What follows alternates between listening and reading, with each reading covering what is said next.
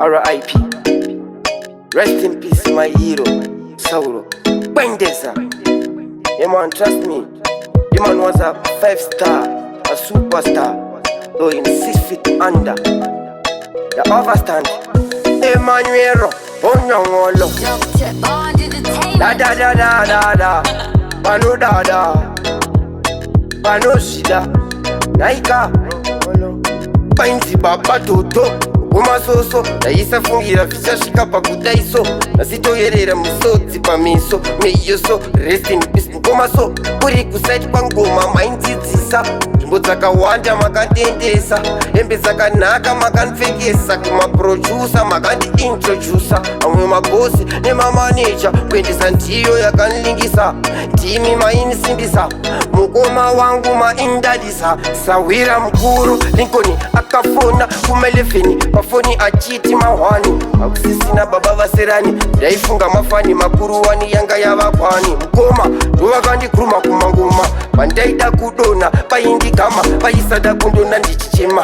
Painakidzwa vakandibona ndichizama-zama. Ndati mukoma Zorora Murugare Ngwendeza. Kuda kwaishe atikakupikisa. Ishe pana sauro matirwadzisa. Tikafungisisa tinotipisa.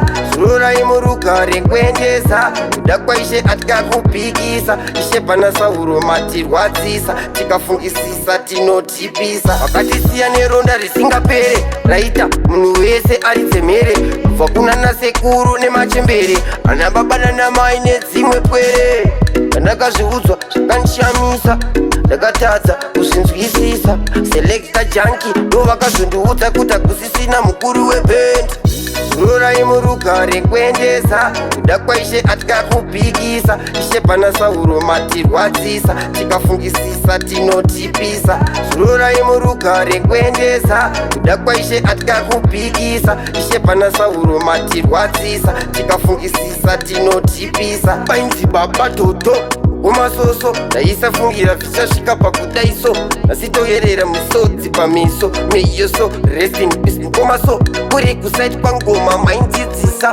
Nzvimbo dzakawanda makatendesa. Hembe dzakanaka makanipfekesa. Kumaproducer makandiintroducer. Amwe mabosi nemamanager. Ngwendeza ndiyo yakanilingisa. Timi mainisimbisa. Mukoma wangu maindadisa. Sawira mkuru Lincoln akafona kumelefeni. Pafoni achiti mahwani. Akusisina baba vaserani. Ndaifunga mafani makuru wani yanga yavakwani. Mukoma ndovakandikuruma kumangoma. Pandaida kudona paindikama. Paisada kundona ndichichema.